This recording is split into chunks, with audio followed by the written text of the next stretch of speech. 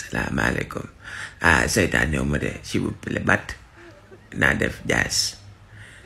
naka yitte yi dama laa gëj a gis naka xalifa num def bi mu ci jàmm ba wallaay Achim gëj naa laa gis gëj naa laa dégg dangaa ba wax jee ba nga yow de war a woon a ba wooy ba yow dama laa bëggoon fàttali waxoo fi woon ne yow si doon du ngóor si waay Amadou Ba su nekkee candidat di nga génn yàq dara wax li mu amel sosal ko waxoo woon loolu waaye yow mi génnal yow tamit ne Amadou nekk na candidat wallaay Achim Amadou nekk na candidat APR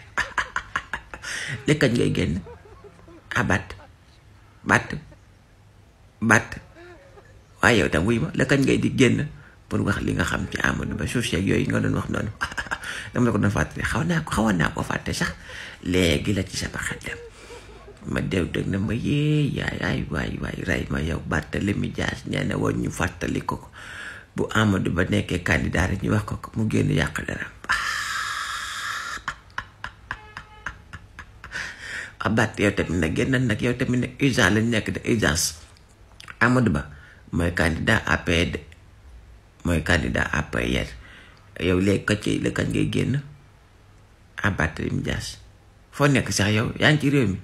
waaye yow tam mbiri dangaa génn ñibbisil fitna amul ci réew mi ndax yi nga génn li nga fi nekkul